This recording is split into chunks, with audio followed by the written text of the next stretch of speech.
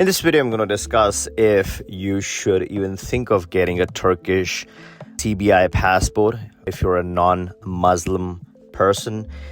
I'm saying this especially because on the face of the passport, the red passport, you have a moon and a star that's clearly reflective of somewhat of your belief system too, right? Why would you get a passport, a Muslim nation passport, if you don't believe in that citizenship, if you don't believe in the religion to some extent, right? You're accepting citizenship in a Islamic country. So one has to keep that or bear that in mind.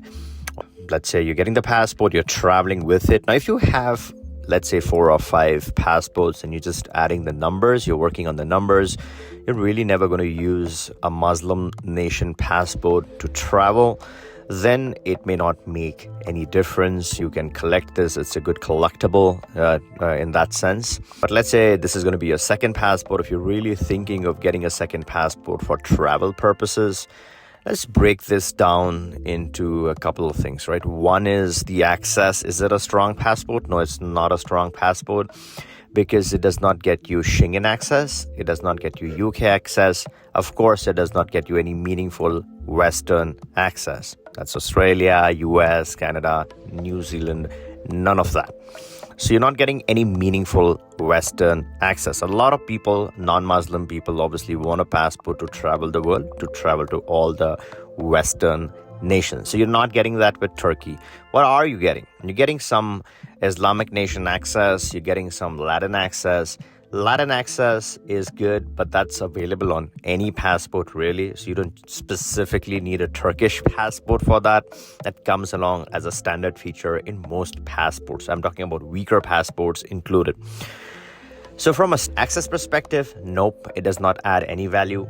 But from the stigma or the stereotype and all of that kind of purposes, right? If you see Netherlands, the direction that it's taking, if you look at Argentina and the direction Argentina is taking, needless to talk about the core Western countries. When you travel with this passport at these type of airports, Western airports, what is the border guard going to think of you? There's going to be a couple of things that they're going to think, right? Either you are a Muslim person from a Muslim nation, or they might think you don't look Muslim or you're not from a Muslim nation. I mean, you don't originally look from there. So why are you carrying this passport? Either you naturalized over there, you have lived over there for a long time to naturalize and get this passport, or you have paid some money and gotten the citizenship by investment. If they ask you that question, obviously you're going to say the truth.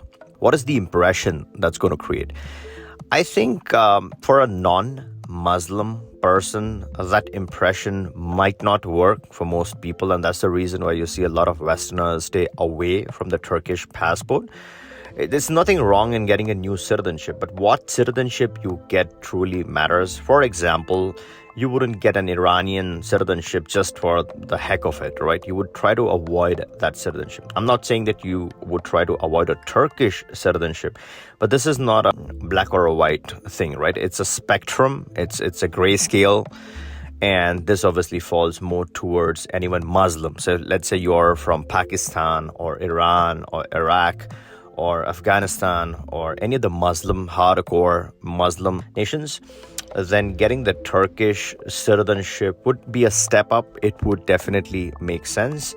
But if you're a non-Muslim person, if you're from the Western nations, then the kind of portfolio that you're trying to create, the kind of image that you're trying to create, the Turkish passport may not be the best suited for you.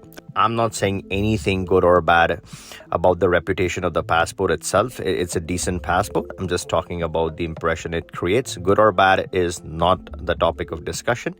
So my final verdict for someone Muslim, this makes sense or could make sense, especially if they're never going to travel the Western countries. For someone Western, if they're looking to have access to other Western nations or looking to travel to other Western nations, then this is not going to be useful at all. And from a reputation perspective, being a non-Westerner, if you want to set the reputation of a Muslim person or person coming from a Muslim nation or carrying a Muslim passport, then this one could be for you. Now, is it cheap? Well, you're moving $500,000 in a bank, or let's say $400K in a property. in a place where you may not ideally want to spend time, right? Vacation is a different story. Enjoy the beauty for a couple of days, that's okay.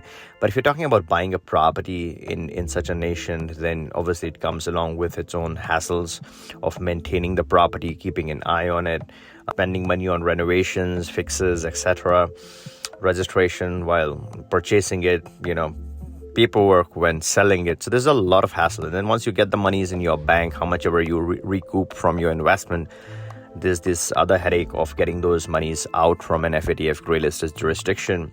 When you're putting $500,000 in a bank, there's tremendous opportunity cost for the next several years. Again, at the end of it all, you're confronted with trying to withdraw your funds, remove your funds from Turkey.